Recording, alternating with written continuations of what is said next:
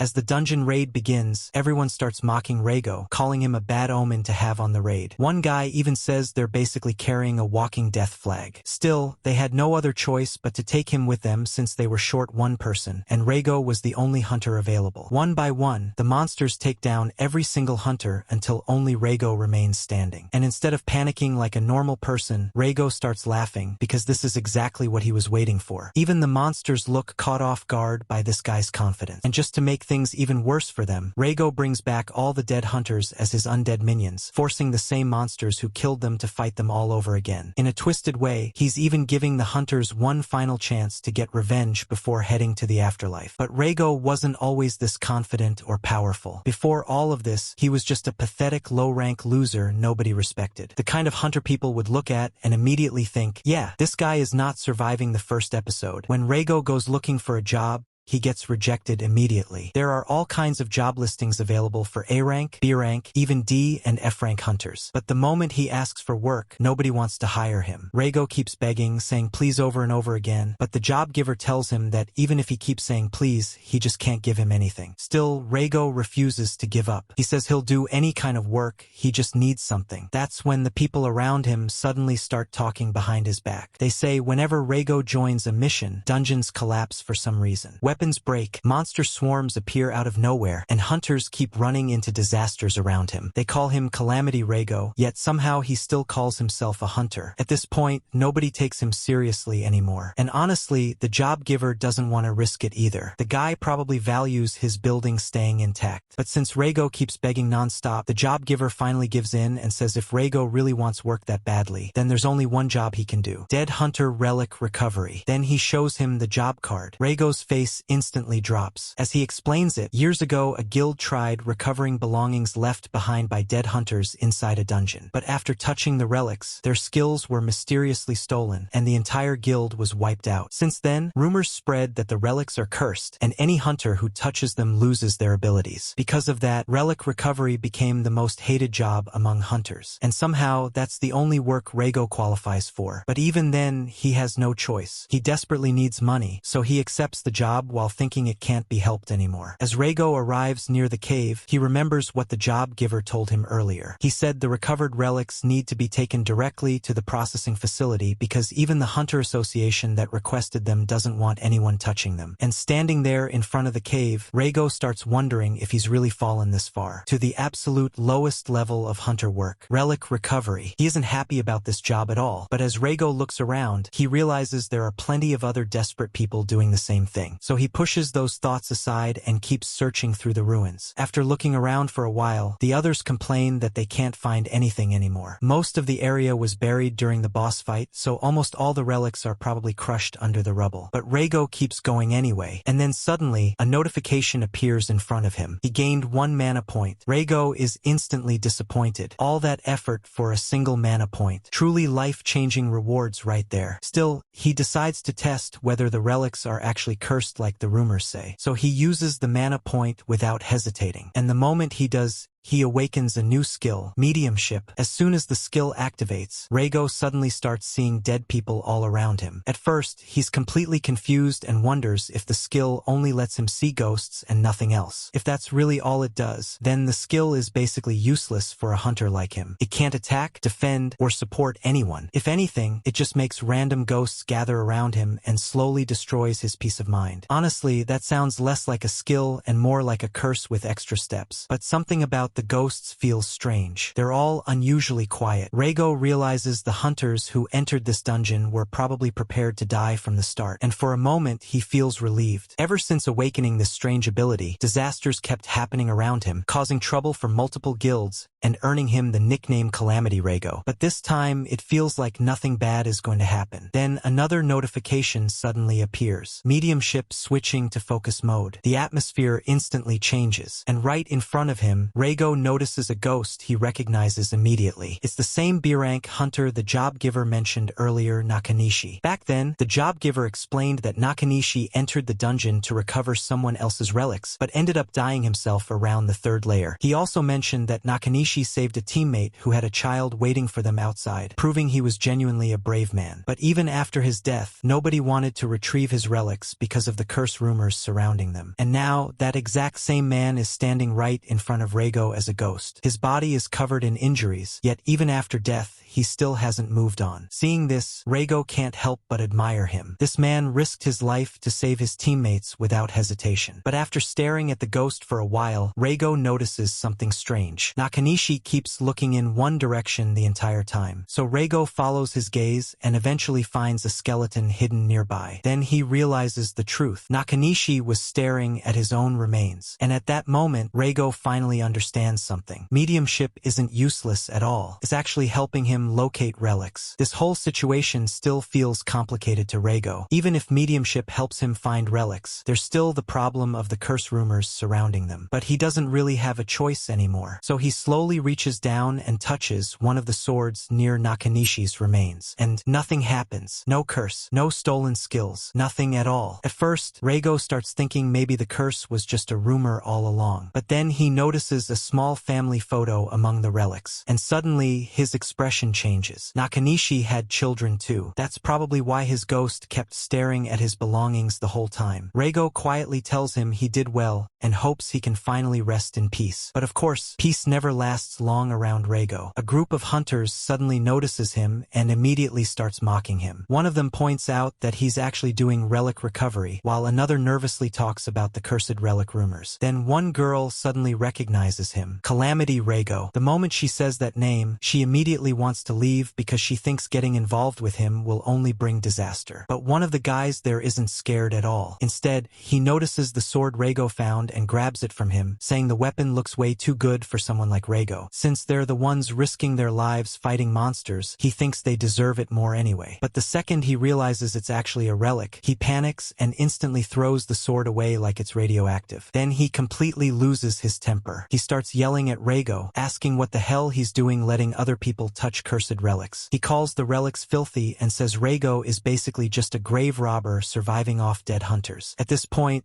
the insults just keep getting worse. One of the girls suddenly mentions that Reigo is probably searching for his brother's relics. The guy gets confused and asks what she means. So she explains that Reigo's older brother was Yugo Korizato, a legendary S-rank hunter. But according to the rumors, he supposedly died inside a low-level dungeon. After hearing that, the guy starts mocking him even harder, saying maybe his brother lied about being S-rank in the first place. And that's the one thing Reigo can't tolerate. He immediately snaps back, saying his brother is still alive. But the guy just laughs in his face. He says it looks like both brothers are complete failures. One disappeared, while the other survives by scavenging through dead people's belongings. Then things get physical. The guy starts kicking over the relics, smashing things around, and even kicks Reigo himself while insulting him non-stop. Reigo keeps telling him to stop, but the guy only gets crueler. He calls him disgusting, creepy, worthless trash who shouldn't even call himself a hunter. And then he says something that hits even harder. He tells Reigo not to get involved with anyone ever again and to just disappear from the world completely. Then we see the ghosts silently watching everything unfold. And while the other hunters keep mocking and disrespecting the dead, Reigo finally reaches his limit. The guy keeps stomping over the relics and kicking everything around like it means nothing. And seeing that completely enrages Reigo. He says they can insult him all they want, but the hunters who died here fought while risking their lives. So the least they deserve is respect. Then Reigo looks at him with pure anger and tells him not to dare step on the belongings of the dead with his filthy feet. And the moment he says that, the atmosphere completely changes. A terrifying pressure suddenly erupts from Reigo as his skill activates again. The ghosts surrounding the area begin reacting to him, almost as if they're answering his anger. A notification suddenly appears. Hunter Nakanishi's ghost has possessed the equipment. And just like that, a completely new kind of power awakens inside Reigo. The same guy who was mocking him a few seconds ago can't even process what he's seeing anymore. anymore. He keeps staring at Reigo while feeling that terrifying pressure crushing down on him. In his mind, he keeps thinking this guy is supposed to be just an F-rank hunter, so what is this insane pressure coming from him? Something clearly isn't normal anymore. But before things can go any further, the others immediately grab their friend and drag him away. And once they leave, the pressure surrounding Reigo slowly disappears as well. Later, we see Reigo standing in front of a large house. It belongs to Nakanishi. Reigo quietly thinks to himself that he didn't expect Nakanishi to live somewhere this nice. The Hunter Association ordered all recovered relics to be taken straight to the disposal site, but without even thinking about it, he ended up bringing them here instead. After all, no matter how many belongings hunters loot inside dungeons, their families would still want them to come home one last time. So Reigo decides to return Nakanishi's belongings personally. As he stands there, someone suddenly comes out of the house and asks who he is. Reigo introduces himself and explains that while recovering relics inside the dungeon, he found these belongings. The moment he shows the items, a little girl instantly recognizes them and starts crying, saying they belong to her father. And honestly, that alone already hurts enough. But then an older man suddenly walks out from inside the house, and without hesitation, he smacks the belongings right out of the little girl's hands. He calls both the relics and Reigo disgusting, then demands to know how Reigo dared bring cursed mementos back to their home. The old man is completely furious. He even starts hitting Reigo while shouting that he'll sue him for violating Hunter Association regulations. Then he says there's no way his son could possibly be dead because he was a B-rank hunter. And then he says something Reigo never expected to hear. He asks if his son's death was somehow Reigo's fault. Reigo is genuinely shocked hearing this accusation, but the old man keeps going. He says Reigo must have set him up somehow. Meanwhile,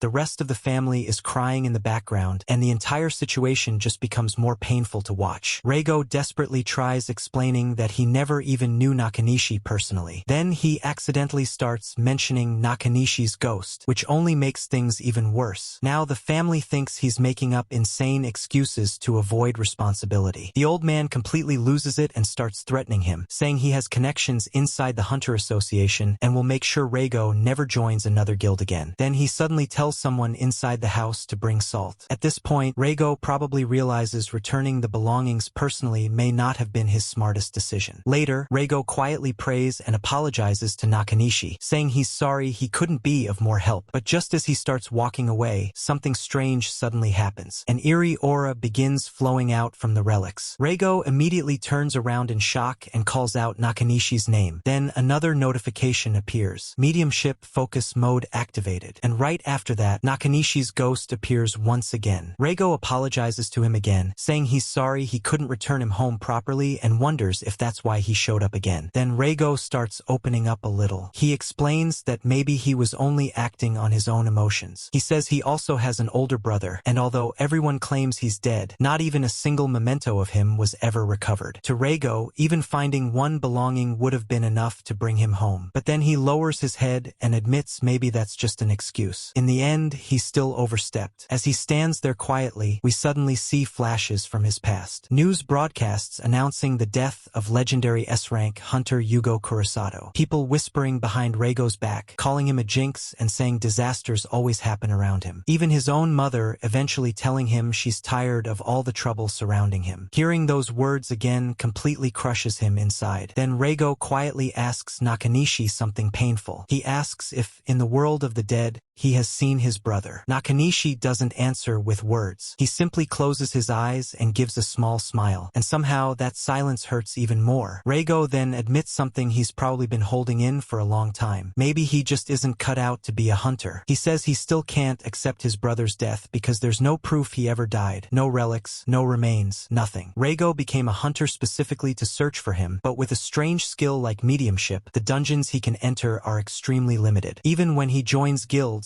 he only becomes a burden to everyone else. And after everything that's happened, he's starting to think maybe he'll never find his brother after all. He says his brother was strong, respected, and surrounded by allies, completely different from him, because no matter where Reigo goes, he always ends up alone. But then, unexpectedly, Nakanishi gently places a hand on his shoulder and slowly shakes his head. Reigo looks surprised for a moment. It's almost like Nakanishi is trying to tell him that none of that is true, or maybe that he should follow him. Then suddenly, Nakanishi's body starts dissolving into glowing energy. The aura twists and spirals together until it forms a massive portal unlike anything Reigo has ever seen before. The color itself feels unnatural. Reigo stares at it in complete shock and says he's never seen a gate with colors like this before. Then he wonders why Nakanishi led him there in the first place. But before he can think any further, a violent gravitational force suddenly erupts from inside the portal. Reigo desperately tries grabbing onto the ground to stop himself from getting pulled in, but the force is way too strong. And within seconds, he gets dragged straight into the gate. Then, after finally landing inside, Reigo slowly looks up, only to see a mysterious figure wearing an eye patch staring directly at him with an incredibly curious expression. Reigo suddenly finds himself inside a strange catacomb-like structure. The atmosphere is creepy, the walls are ancient, and there's not a single sign of normal human life anywhere. Naturally, the first thing he starts doing is desperately looking for an exit. He keeps thinking that if this is a dungeon, then there has to be a way out somewhere. Because if he gets trapped inside with his current abilities, he's completely finished. But no matter how much he searches, things only get worse. The moment he finally spots what looks like an exit, a massive monster suddenly bursts out from it. Then a notification appears. Boss, Shadow Flame has appeared. And immediately, Reigo realizes how screwed he is. This isn't a normal dungeon. It's a quest-type gate, meaning there's only one way to leave: defeat the boss. Unfortunately for Reigo, the boss looks like it could bench press a truck for fun. The monster starts chasing him through the catacombs while Reigo runs for his life, wondering why he of all people ended up inside such a high-difficulty dungeon. At this point, the buffalo-like monster basically starts treating him like a football, smashing him around the area non-stop. Reigo notices the creature gets briefly stuck on part of the ruins, but even then, he realizes it'll break free any second. And honestly, he's already mentally giving up. He thinks there's no way he can win against something like this. He doesn't have combat skills, insane strength, or some fearless protagonist mentality. As he puts it himself, he definitely does not have titanium balls. So he starts accepting that this might really be the end for him. But then he suddenly notices something nearby. Nakanishi's sword. Without realizing it, he brought the relic with him into the gate. And the moment he sees it, one thought immediately crosses his mind. He still needs to return it to Nakanishi's family somehow. Then suddenly, another notification appears in front of him. Do you wish to use all mana points? There's also a warning saying it's extremely dangerous for a hunter's mana to completely reach 0 inside a gate. Normally, nobody would ever press yes after reading something like that. But Reigo has already accepted he's probably dead anyway. So if using all his mana gives him even the smallest chance to protect the relic, then he'll do it. His entire body starts reacting. Then multiple notifications appear one after another. Mediumship has leveled up to level 2. By consuming all possessed mana points, the hidden skill Friendship in the underworld has been activated. And right after that, Reigo suddenly sees a mysterious figure standing before him. The figure looks at him with complete disbelief and asks what exactly he's supposed to be. Then the voice realizes Reigo isn't Nakanishi, which means this ghost is someone else entirely. The figure then looks down at Reigo lying there half dead and casually asks why he's relaxing so lazily when he's about to die. Honestly, getting roasted by a ghost while fighting for your life is a new level of disrespect. The mysterious figure keeps staring down at Reigo before bluntly telling him he's a pathetic idiot loser. But then she says today is his lucky day because he still has a chance to survive. She points at Nakanishi's sword and asks why he isn't using it already. Then she starts roasting him even harder, asking if he's really so hopeless that he can't even swing a sword properly. Meanwhile, Reigo is already mentally broken at this point. He starts tearing up and says the sword is useless for someone like him. Maybe it would be better if he just died here instead of continuing to hurt people and getting blamed for spreading calamities everywhere he goes. Because no matter what happens, people always end up hating him anyway. But then, surprisingly, the mysterious woman suddenly goes quiet for a moment because Reigo's words remind her of herself. She starts remembering how people treated her in the past too. How everyone blamed her whenever things went wrong, even though she fought while risking her life for them. How they called her a witch and accused her of manipulating everyone. And in the end, instead of thanking her, they executed her in the most horrifying way possible, hoping she would never return again. Seeing Reigo lying there broken and hopeless almost irritates her, because to her, he looks exactly like the weak version of herself she hates remembering. So she gets angry. She asks him if he's really satisfied satisfied with ending things like this, being misunderstood, hated, and doing nothing except crying about how lonely he is. Then she tells him something that hits hard. Even though he's still alive, his mindset already belongs to someone who lost. She says when she was killed, she couldn't do anything back then either. Just like Reigo, she was falsely branded a traitor and called an evil witch before being tied to a stake and burned alive. And because of that, she tells him he has no right to sit there crying so pathetically. Watching him reminds her of her own humiliation, and honestly, it disgusts her. But that's exactly why she refuses to let him give up, because she sees herself inside him. So she tells him to pick up his sword, crawl through the mud if he has to, and cling to life no matter how miserable it looks. Then she gives him one final command: fight, and if he refuses to resist on his own, then she'll force him to. And just like that, the mysterious woman forces this pathetic loser to finally move. Reigo grabs the sword and barely manages to swing at the monster right before it crushes him. Seeing that alone makes her a little satisfied. She says this is how an actual living human should act. Then, as a small favor to someone carrying the same regrets she once had, she decides to lend him a tiny bit of her power. Even then, Reigo is still confused out of his mind and keeps wondering who this woman even is. But before he can think any further, the broken sword suddenly starts glowing with a magnificent aura. The entire atmosphere changes instantly. Then, the connection between them fully establishes. The woman immediately warns Reigo to maintain his ego and not let her completely take over his body. Since he activated the hidden skill himself, she says he should be capable of resisting her influence. Then she reminds him of something important. This is his fight. So instead of acting like a pathetic loser, she tells him to stand up and show that oversized buffalo who's really in charge here. And finally, she reveals her name. She says she is the warrior of oracles, Joan of Arc. Right after that, another notification appears. Joan of Arc has possessed the broken sword. And honestly, hearing a legendary historical figure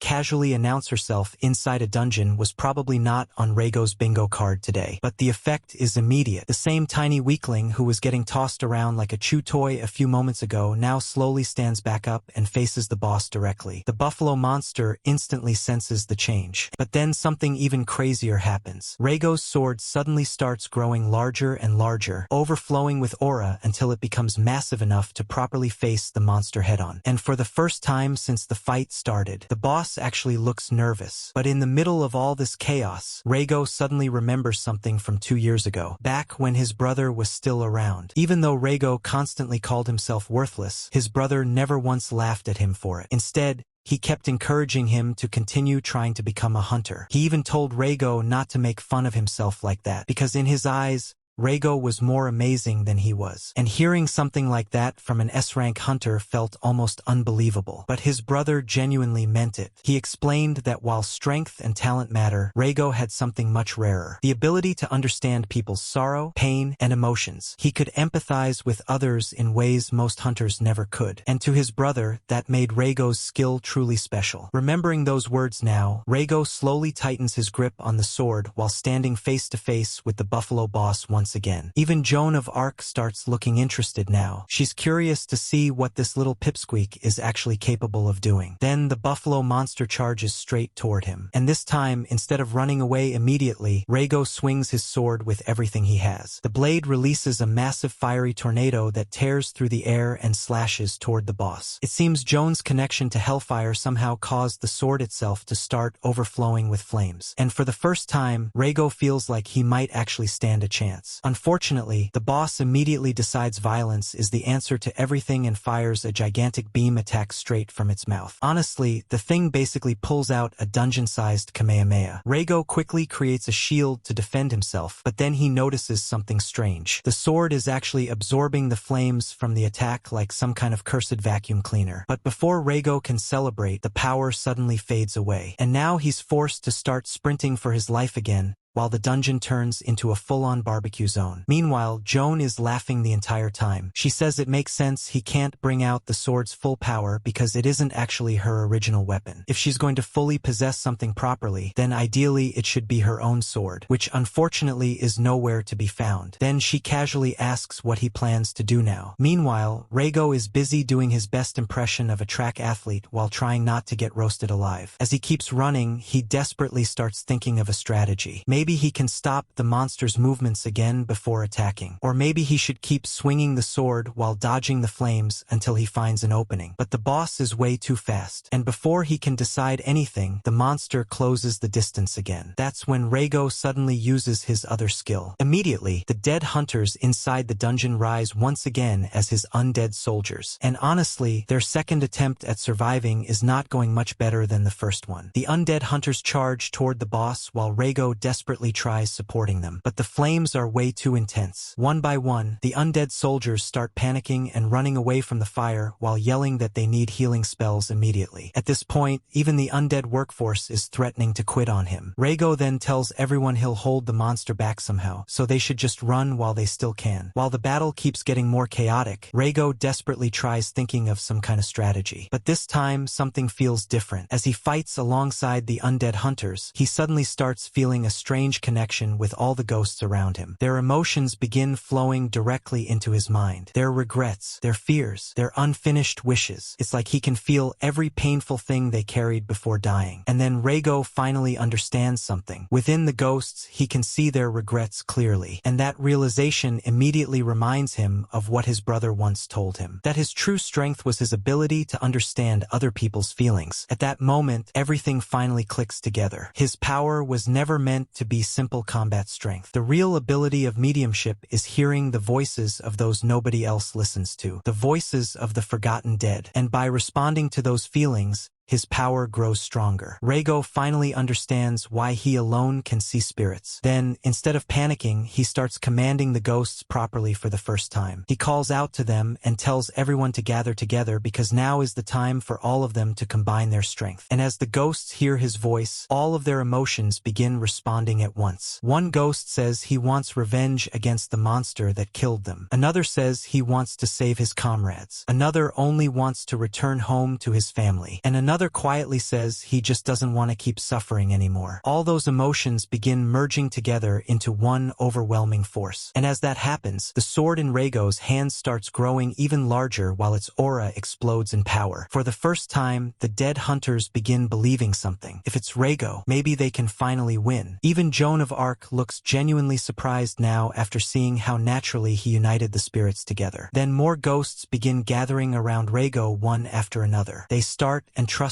their wishes to him. One asks him to fight together with them. Another begs him to avenge their comrades. Others simply tell him to use their power however he needs. At this point, Reigo isn't fighting alone anymore. He's carrying all of their hopes together. And with the massive glowing sword in his hands, Reigo finally charges forward while shouting that he's going in. As Reigo swings his fiery sword with all the power of the ghosts behind him, the monster gets completely overwhelmed. In a single attack, the creature is sliced apart and burned to a crisp instantly. Then a notification appears. Quest clear, defeated Nushi Jado Flame. And the moment the boss falls, all the ghosts surrounding Reigo suddenly start cheering. Some are laughing, some are celebrating, some are just relieved it's finally over. Honestly, after everything they suffered, the dead hunters are throwing a better victory party than most living raid teams. And then, one by one, the spirits finally begin disappearing peacefully. Now that the curse binding them is gone, they can finally move on to the other world. Reigo quietly thanks all of them and says they can finally go home now. Meanwhile, Joan watches the entire scene silently. Then she admits she's genuinely impressed. According to her, Reigo managed to gather and stir the hearts of weak ghosts whose voices normally can't even be heard. And on top of that, the sword was possessed by all of them simultaneously. At that moment, Joan finally realizes something important. Maybe summoning her wasn't a mistake after all. Maybe Reigo could actually become the person capable of lifting her curse someday. But before the emotional moment can continue, Reigo completely runs out of energy and collapses onto the ground. And immediately, Joan ruins the mood again. She says she takes back everything nice she just thought about him because he's still the same pathetic loser as always. Reigo just laughs bitterly while staring at the relic nearby and says he should probably return it properly first. Later on, we see the relic placed respectfully near Nakanishi's home. The little girl comes outside, notices it, and immediately starts crying while remembering her father. Meanwhile, Reigo and Joan secretly watch everything from a distance while hiding. Joan comments that the girl is pretty naive, but Reigo immediately tells her that if she has a problem with it, then she shouldn't watch. Then Reigo suddenly realizes something shocking. Joan actually managed manage to leave the dungeon together with him. Even Joan herself seems confused by it. She says that for some reason, she was somehow able to come outside attached to him. And hearing that immediately gives Reigo another idea. If Joan left the dungeon already, that means there probably aren't any important cursed entities remaining inside anymore. Which means he can finally sell the dungeon rights. Later, Reigo meets with two miners to negotiate the sale. The miners inspect the dungeon and admit the mining rights seem valuable enough because there are decent resources inside. Then the explanation comes up that normally, the guild which clears a dungeon owns the management and mining rights to it. But if an independent, unaffiliated hunter clears a dungeon alone, they can legally sell those rights to specialized mining companies instead. The miners then look at Reigo and comment that he's pretty unusual for someone so young. According to them, unaffiliated hunters are usually the type who gamble everything on risky opportunities instead of choosing stability. But Reigo immediately tells them that's none of their business and asks the only thing he actually cares about: how much money he's getting. The miners estimate the dungeon rights are worth roughly 1 million. And the moment Reigo hears that number, his brain almost stops functioning. 1 million. For someone who spent most of his life struggling to even survive, that amount feels absolutely insane. Still, Reigo desperately tries acting calm, so he doesn't embarrass himself in front of them. Then they finalize the contract. And later, Reigo keeps staring at his account while waiting for the payment nervously. And finally, the money arrives. The moment the deposit appears, Reigo immediately starts thinking about all the things he can finally do now. Buy decent clothes, get a haircut, eat actual good food for once. Honestly, this might be the happiest the guy has been in years. Meanwhile, inside a massive luxurious house, a man is calmly training when his assistant suddenly rushes in with urgent news. The assistant reports that a gate unexpectedly appeared inside a suburban cemetery, and the mana detected there was overwhelming. When investigators checked the dungeon afterward, they discovered the boss monster's corpse completely burned to ashes by abnormal firepower. And according to them, that level of destructive power is extremely rare, even among S-rank hunters. They also confirm one more thing. They don't believe an interdimensional being was responsible. The man immediately asks the important question: was the holy relic there? But the assistant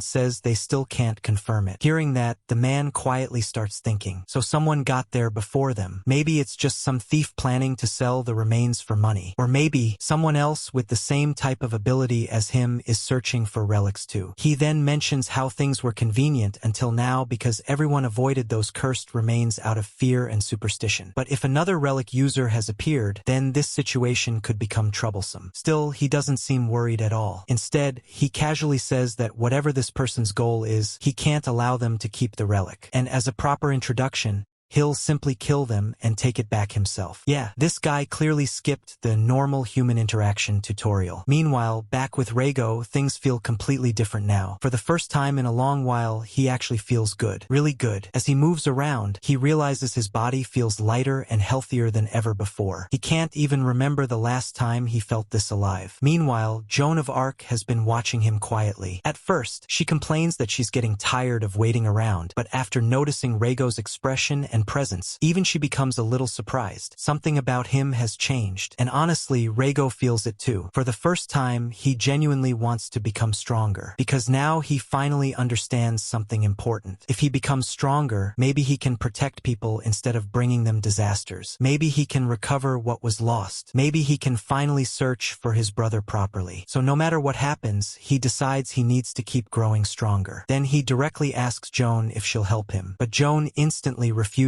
She says she has no interest in helping some pathetic little loser who cries the moment a strong enemy appears. Still, Reigo keeps begging her nonstop, and eventually Joan finally gives him a condition. She says if he can find her beloved relic, then maybe she'll consider helping him seriously. Specifically, she wants him to find Fireboy's sword. After hearing that nickname, Reigo is completely confused because that explanation honestly answers absolutely nothing. But even so, he understands one thing clearly. If he wants to prove he's no longer the pathetic loser everyone thinks he is, then this journey starts now. After selling the mining rights, work on the mine finally begins the next day. But then the dangerous guy we saw earlier suddenly appears there. And honestly, things go bad immediately. The dude casually takes down everyone working at the site like it's nothing. After that, he starts questioning the miners about who sold the rights and where the relics went. But the miners genuinely don't know much. All they can say is that the seller never even gave his real name before disappearing. Hearing that answer clearly annoys him. After beating everyone down, he sneers and starts insulting them, saying trash is always useless,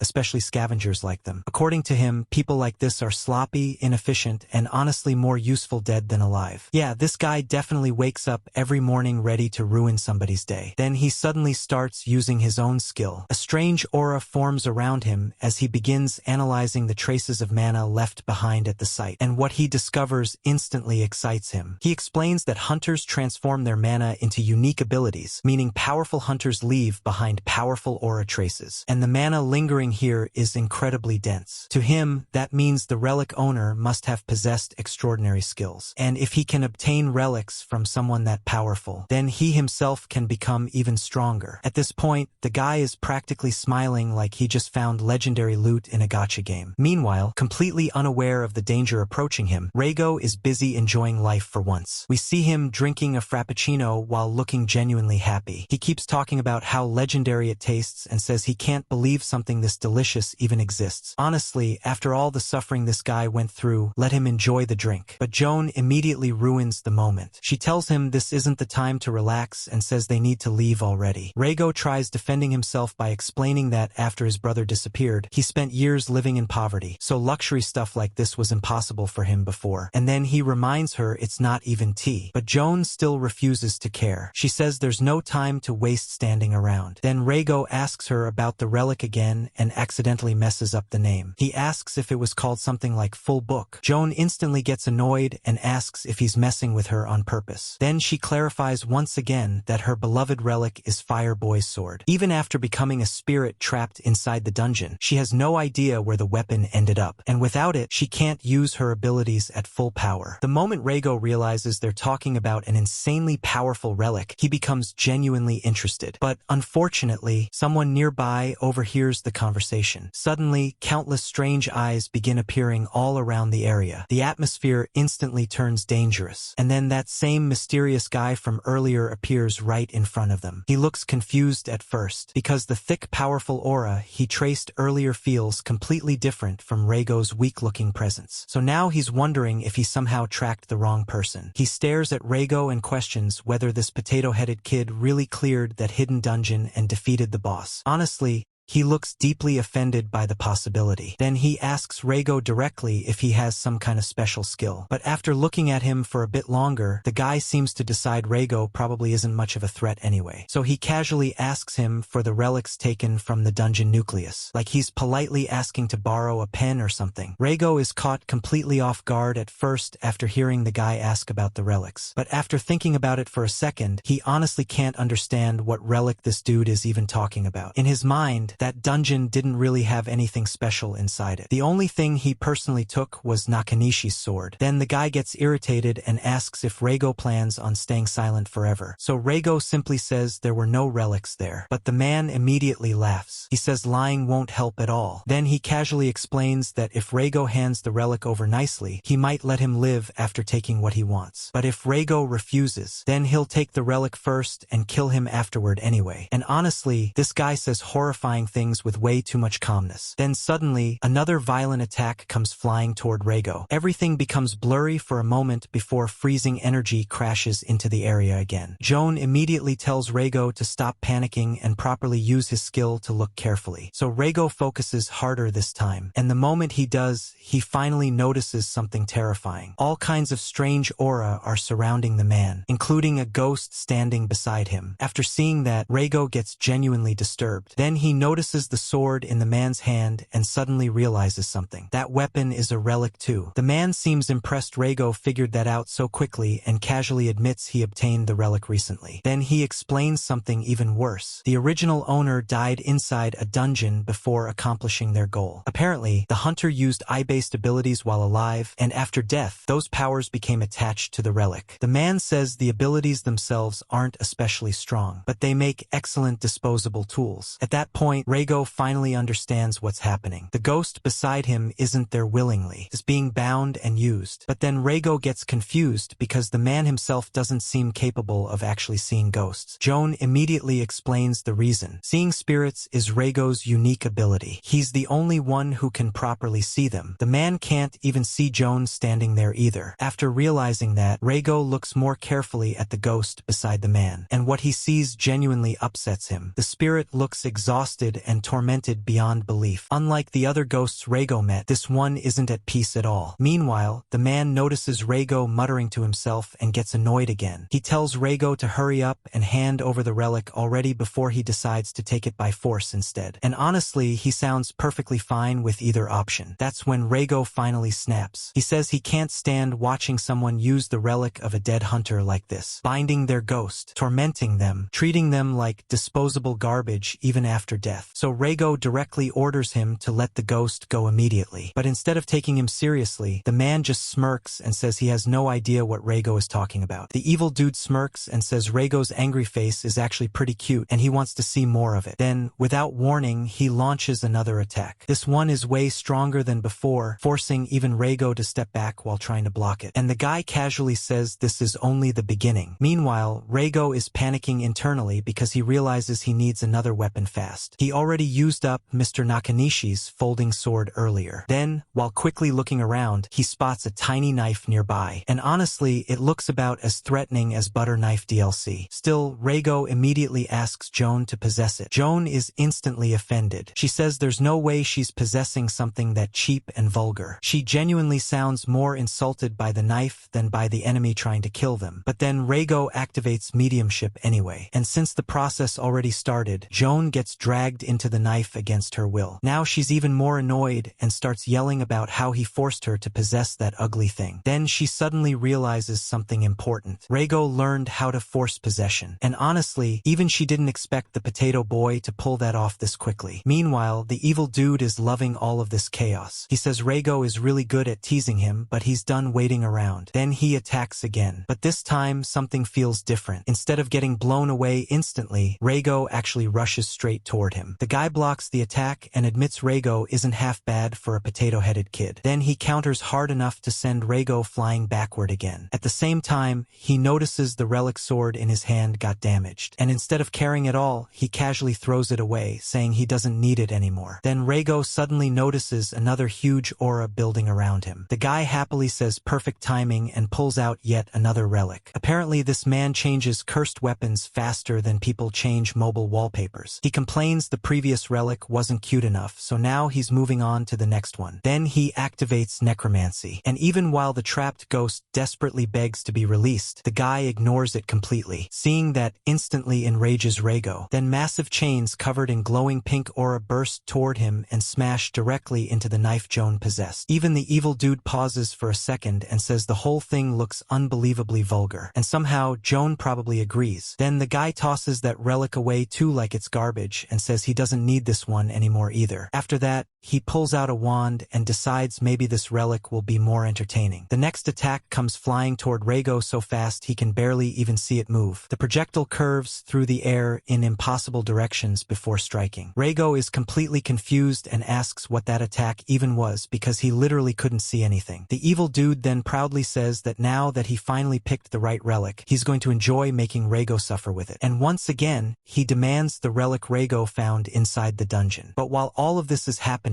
Reigo notices something horrifying. All the ghosts surrounding the man are suffering terribly. The guy keeps using them, throwing them away, and switching relics non-stop without caring what happens to the spirits trapped inside them. At this point, the entire area is filled with miserable ghosts in agony. Reigo looks at him and genuinely asks if he really can't see their suffering. Then he says the guy is desecrating the relics themselves. He asks how he can use them like this without feeling the sorrow and pain trapped inside them. And surprisingly, those words actually affect the evil dude for a moment, because hearing that suddenly reminds him of someone from his past. Someone who once asked him if he could really not understand the pain and suffering of his own teammates. For the first time, his expression changes slightly, and right at that moment, Reigo attacks him. Then, right in the middle of the fight, the guy suddenly introduces himself. He says his name is Argio, and then he casually asks Reigo for his name too. Meanwhile, Reigo is still still busy trying not to get turned into Swiss cheese by flying relic attacks, but he finally answers and says his name is Reigo Kurosato. The moment Argio hears that surname, his expression instantly changes. Then he says he knew it. Reigo is Yugo Kurosato's younger brother. Hearing his brother's name immediately catches Reigo off guard, and he asks Argio if he actually knew Yugo. But Argio almost sounds offended by the question. He says, what does Reigo mean by knew him? Yugo wasn't just someone he met once. He was Argio's guild leader. And then Argio casually drops something absolutely insane. He says Yugo was also the man who tried to kill him. The moment Reigo hears that, he's completely shocked. Meanwhile, Argio looks weirdly excited just talking about the past. He says the struggle of fighting alongside those people was pure ecstasy for him. Just remembering those days makes him unbelievably happy. Honestly, this guy talks about near-death experiences the way normal people talk about favorite vacation memories. Then suddenly, another attack comes flying toward Reigo, but this time, something strange happens. As Reigo watches the incoming arrow, he suddenly realizes everything around him is moving unbelievably slowly. The arrow suddenly feels unbelievably slow to Reigo. At this point, he can casually move out of the way without much trouble. But while dodging, he notices Argio is still moving around normally, jumping all over the battlefield like a complete maniac. And Reigo honestly has no idea why everything suddenly feels slowed down for him. But before he can think too much about it, Argio suddenly appears right in front of him and punches him straight in the face, sending him flying backward. As Reigo struggles to get back up, Argio starts looking confused. He says that was strange because he felt some kind of resistance slowing him down for a second. Now he's wondering if this is Reigo's skill. Then Joan immediately complains. She says the slowing effect is actually her skill, not Reigo's, and she also roasts him for standing there instead of properly dodging the punch. According to her, because Reigo forced her into possessing such a low-grade weapon, she can't fully stop Argio's movements. Reigo quickly realizes her ability is similar to the Shadow Clamp skill from earlier, but Joan immediately warns him not to relax because Argio is already attacking again. Then another arrow comes flying toward him at insane speed while overflowing with aura, but this time,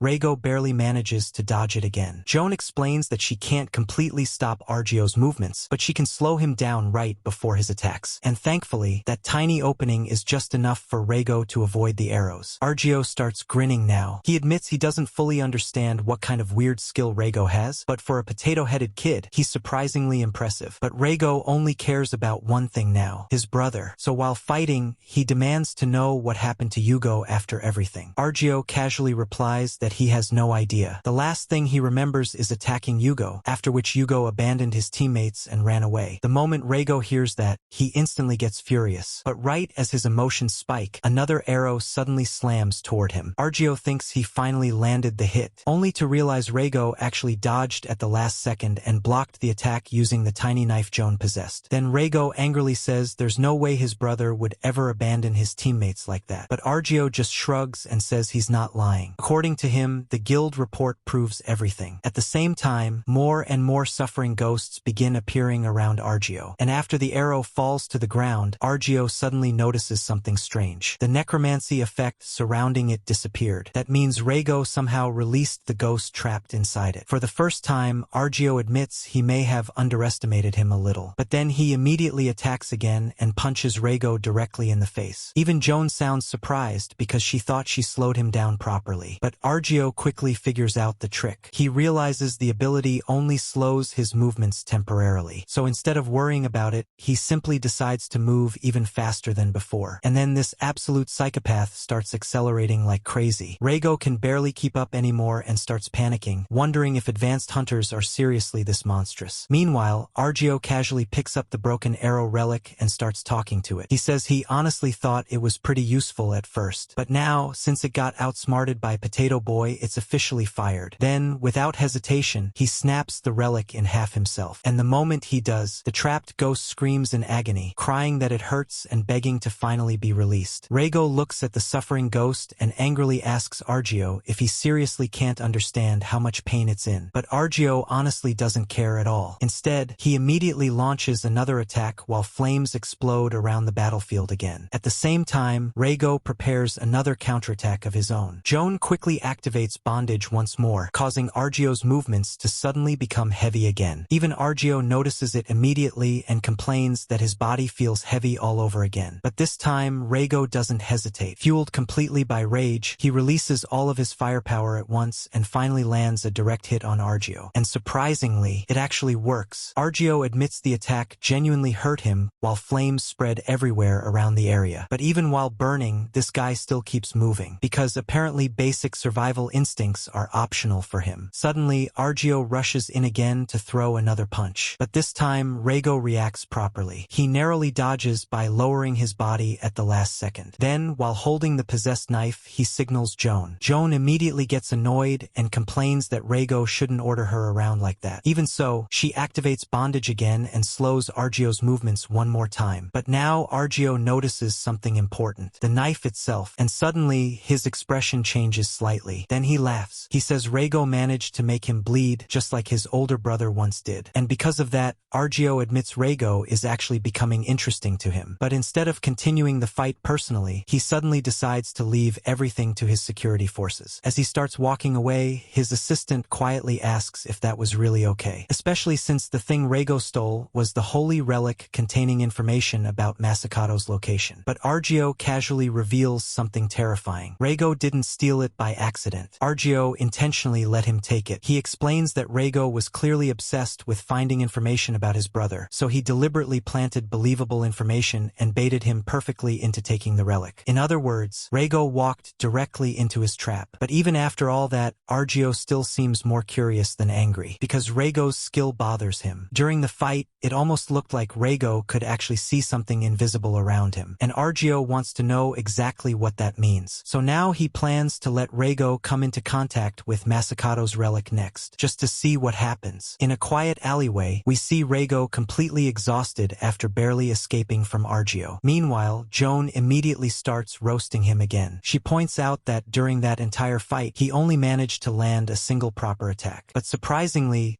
Reigo still looks happy. He admits he had no choice but to run away, but at least he managed to free one of the suffering ghosts. And honestly, for Reigo, that alone already matters a lot. Then Joan asks if he finally understood the massive gap in power between him and Argio. Reigo immediately admits it. He says if it weren't for Joan's skill helping him slow Argio down, he probably would have died instantly. Joan then casually explains she could only help that much because she was forced to possess such cheap, low-quality weapons. Honestly, she still hasn't emotionally recovered from the butter knife incident. Then Reigo finally says if they manage to find Joan's real sword, he should be able to bring out her abilities at full power. But Joan immediately corrects him again. His Fire Boy's sword. At this point, she's genuinely starting to suspect he's messing up the name on purpose. Still, despite everything that happened, Reigo suddenly admits something unexpected. He says that, in the end, he never even got the chance to properly ask Argio about his brother. And even after finally finding a clue related to Yugo, all he could do was run away.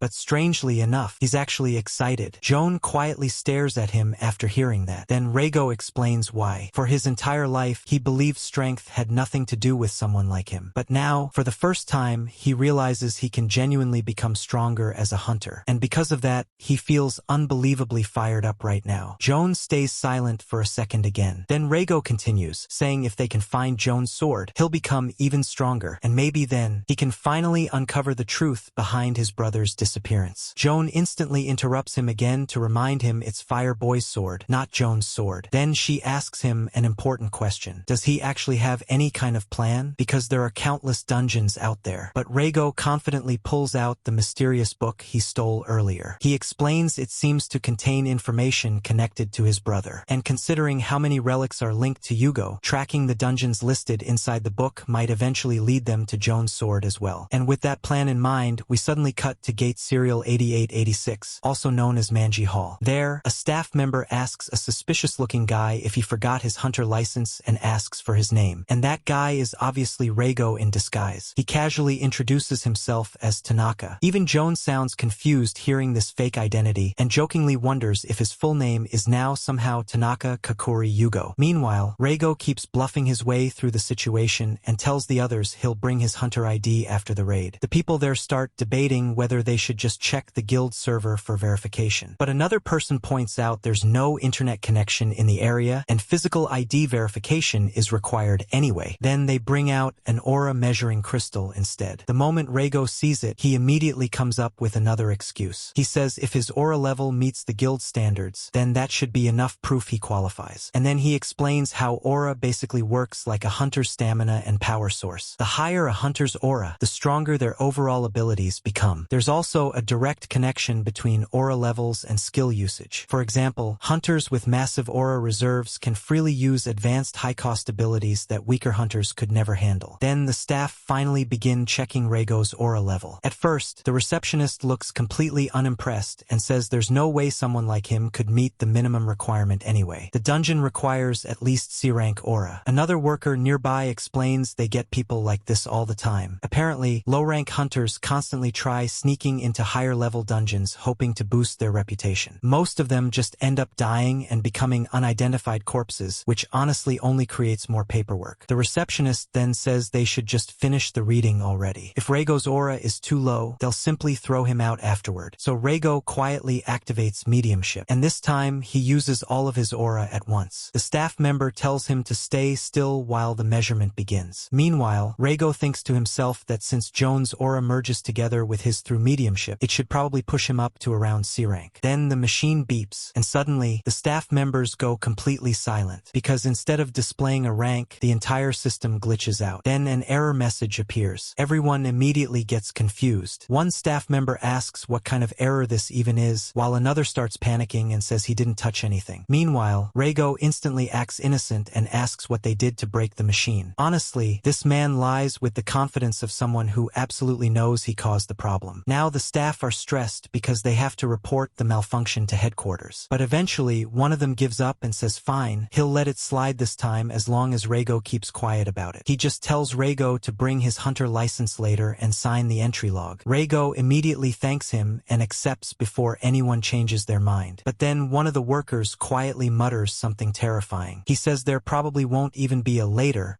because most of them are likely going to die inside the dungeon anyway. And while staring at the broken aura scanner, another staff member suddenly remembers something important. Apparently, machines don't always display errors because they malfunction. Sometimes, an error appears because the aura level is too high for the machine to measure properly, like S-rank level high. And honestly, he never expected to see something like that in person. Later on, while the raid group gathers together, Reigo quietly waits nearby. Then Joan suddenly asks why he's been hiding his face the entire time. She says if he's doing it for style points, it's honestly pretty lame. Reigo immediately tells her she talks way too much. Then he explains the real reason. If people discover he's Calamity Reigo, nobody will let him join the raid. So he pretended to forget his hunter license and used a fake name instead. At this point, Reigo is basically speedrunning identity fraud. Then he reminds Joan that he's searching for her sword while also looking for clues connected to his brother. And naturally, Joan instantly corrects him again. His fire boy's sword, not Joan's sword. Then she tells him not to go searching for it just because he feels like it. Idiot. Still, Joan admits she doesn't think her beloved sword is actually inside this dungeon. But Reigo then brings up the mysterious notebook again. He says Joan saw the notes too. According to the information written inside, this dungeon has an awful reputation despite supposedly being low level. There's been a long chain of strange incidents connected to it. And even after all this time, nobody has successfully defeated the boss yet. Even the guy who owned that notebook had records of countless relics, yet he still suspected something powerful was hiding inside this dungeon, which means this place is definitely not normal. Reigo realizes the chances are slim, but if there's even a tiny possibility of finding clues related to his brother or fire boy's sword, then they'll have to search every corner of the dungeon carefully. And honestly, Reigo can already feel it too. Something about this dungeon feels wrong. Then the raid leader suddenly steps forward and starts addressing everyone. He introduces himself as Fukuyama, the leader organizing the raid. Fukuyama explains that despite all the terrible rumors surrounding the dungeon, the boss evolution data still classifies it as only a B-rank dungeon. So according to him, they should clear it quickly, gain some fame, and collect the rewards without too much trouble. Then he casually mentions there's also a huge bonus reward for whoever lands the finishing blow on the boss. And immediately, everyone gets excited. Honestly, hunters hear the word bonus, and suddenly common sense disappears. Meanwhile, Reigo quietly keeps observing the crowd. But then, he suddenly notices something awful. One of the same idiots who mocked and tormented him earlier is also part of this raid group. The moment Reigo recognizes him, he immediately lowers his face even more to avoid being seen. Joan notices his reaction and asks what's wrong. Reigo explains those are the same people who broke Mr. Nakanishi's sword before. They were also the ones he fought right before meeting Joan. The moment he remembers that situation again, his mood instantly changes. Joan asks him what the problem is and jokingly wonders if he's actually scared of them. But Reigo quietly says something unexpected. He says he needs to stay in control, because back then, he couldn't do anything against them. But now, he's worried he might accidentally kill them instead. Joan immediately bursts out laughing after hearing that. Honestly, even she didn't expect Potato Boy to start saying things that dangerous. Then Reigo quietly admits something else. For some reason, he's actually starting to look forward to this raid now. He just desperately hopes those idiots don't recognize him first. As Reigo climbs down the long rope ladder into the dungeon, he eventually reaches a strange underground area filled with dark liquid. The entire place feels disgusting. There's darkness everywhere. The air feels heavy, and even before using mediumship, Reigo immediately senses something is wrong. He quietly thinks that after dealing with cursed entities for so long, he can tell this place isn't normal. This doesn't feel like the spirit of some hunter who simply died during a raid. Something much worse is lurking here. But before he can think any further, someone suddenly calls out to him. A girl tells the baggage handler to hurry up and come over. Reigo gets startled for a second because he completely forgot he's undercover right now. Then the girl asks why he froze up the moment he entered the dungeon and wonders if this is his first time inside a B-rank dungeon. Reigo awkwardly admits that it actually is. The girl then says that explains why he looks so nervous. But she warns him that if he doesn't keep up with the group, he'll get lost inside the dungeon and never make it back out. Reigo immediately agrees. Meanwhile, inside his head, he's panicking because if he accidentally reveals he's here searching for personal clues, everyone will become suspicious instantly. So for now, he has to continue pretending to be a rookie baggage handler. The girl then tells him it's fine if he stays near the back and barely keeps up. According to her, it's actually a good opportunity for him to safely observe experienced hunters from behind. She also reassures him that the raid group already has plenty of strong hunters handling the front lines. Honestly, she has no idea the rookie baggage handler beside her fought a psychopath relic collector like 2 days ago. Reigo awkwardly thanks her and tries asking for her name. She introduces herself as Lisa and says calling her senior sounds way too formal, so Reigo can just call her Lisa instead. Reigo immediately responds with Miss Lisa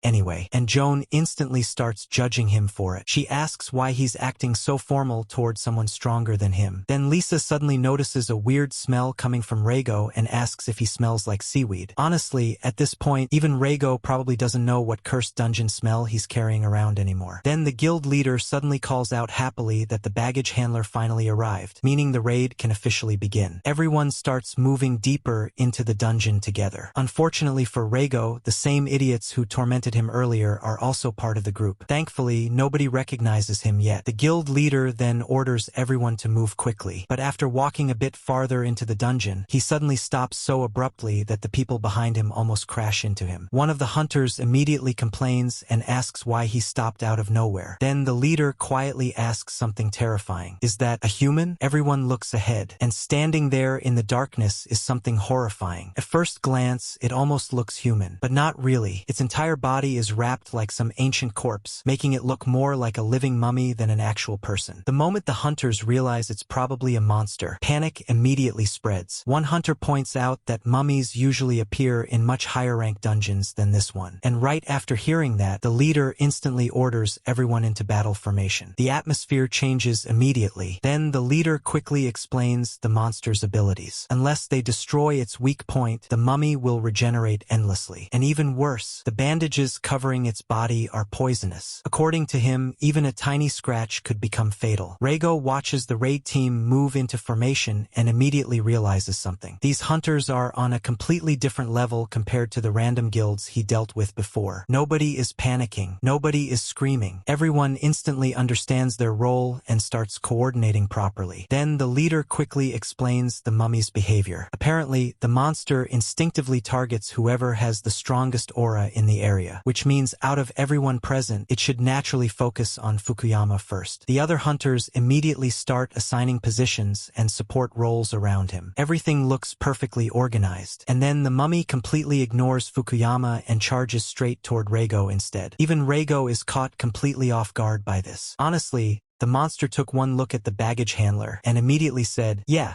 that guy looks suspicious." As the attack rushes toward him, Reigo panics and complains about why the monster chose him of all people. But since he has no other choice, he instantly activates mediumship and calls out to Joan. And naturally, Joan immediately complains about him ordering her around again. Still, she uses bondage and slows the monster's movements. That tiny opening gives Reigo just enough time to shift out of the way so the attack doesn't hit him directly. Even then, the impact still sends him crashing down into the strange liquid below. The other hunters watching the scene immediately assume the baggage handler just got destroyed. One even says the poor guy got taken out instantly. But after a moment, Reigo slowly resurfaces. Since he managed to dodge most of the attack, he's actually still alive. The others look surprised and start asking if he's okay, while another hunter casually says he probably just got lucky. Meanwhile, Fukuyama immediately focuses back on the monster and orders To-Do to use his skill to reveal the mummy's weak points. To-Do activates a skill called tomograph.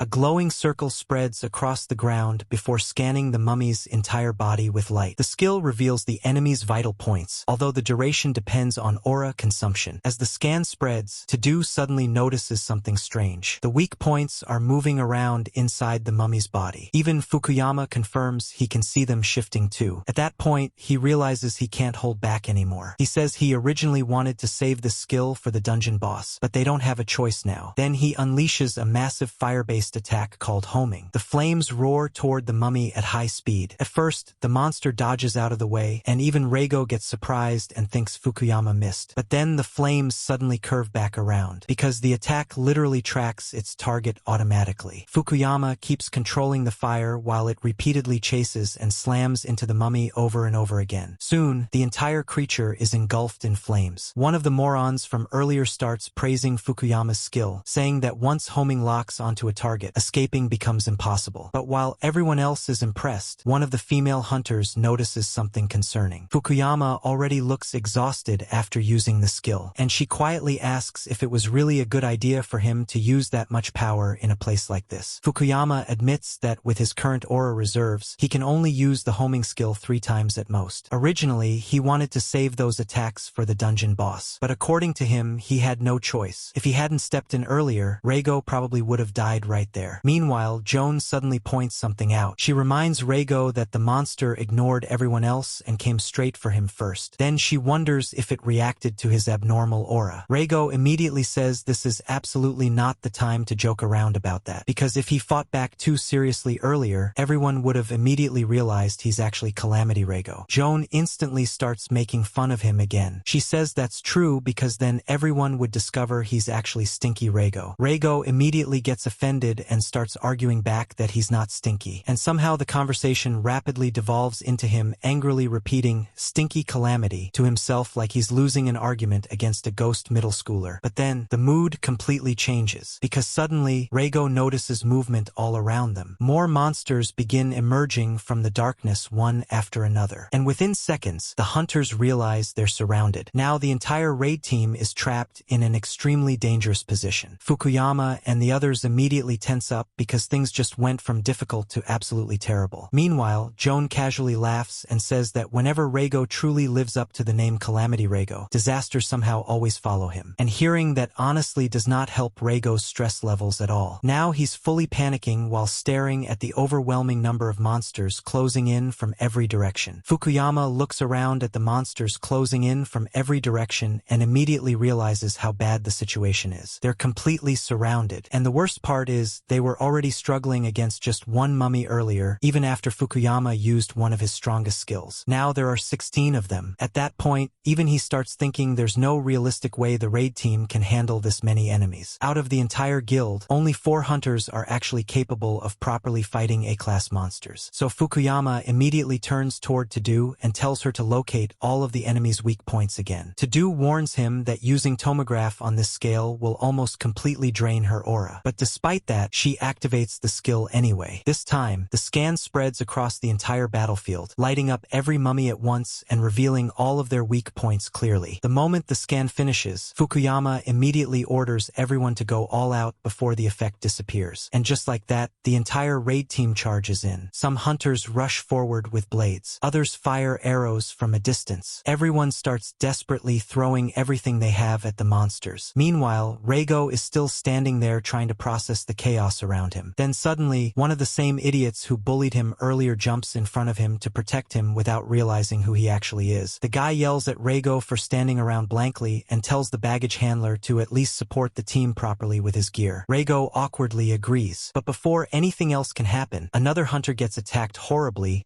by one of the mummies. The healer instantly panics. The injured hunter screams for help because his arm was literally ripped off. But the healer is already busy treating someone else and desperately says she needs a moment. Unfortunately, the dungeon does not care about scheduling conflicts. Another attack immediately follows, and this time even the healer gets hit badly. Then the battlefield completely falls apart. One by one, hunters start getting overwhelmed by the mummies. Reigo keeps watching all of this happen until he finally decides he can't stay back anymore. Joan immediately reminds him that exposing his identity was supposed to be a problem. But Reigo says he can't afford to hold back in a situation like this. And then he realizes something terrifying. The reason so many mummies appeared here might not just be bad luck. It could actually be because of his overwhelming aura. Meanwhile, Joan quietly thinks that Reigo still hasn't fully realized the truth yet. His calamity isn't just superstition anymore. It's directly connected to how abnormal his aura has become. Then suddenly, the nearby mummies all notice Reigo at the same time and immediately rush toward him. Even Lisa notices the danger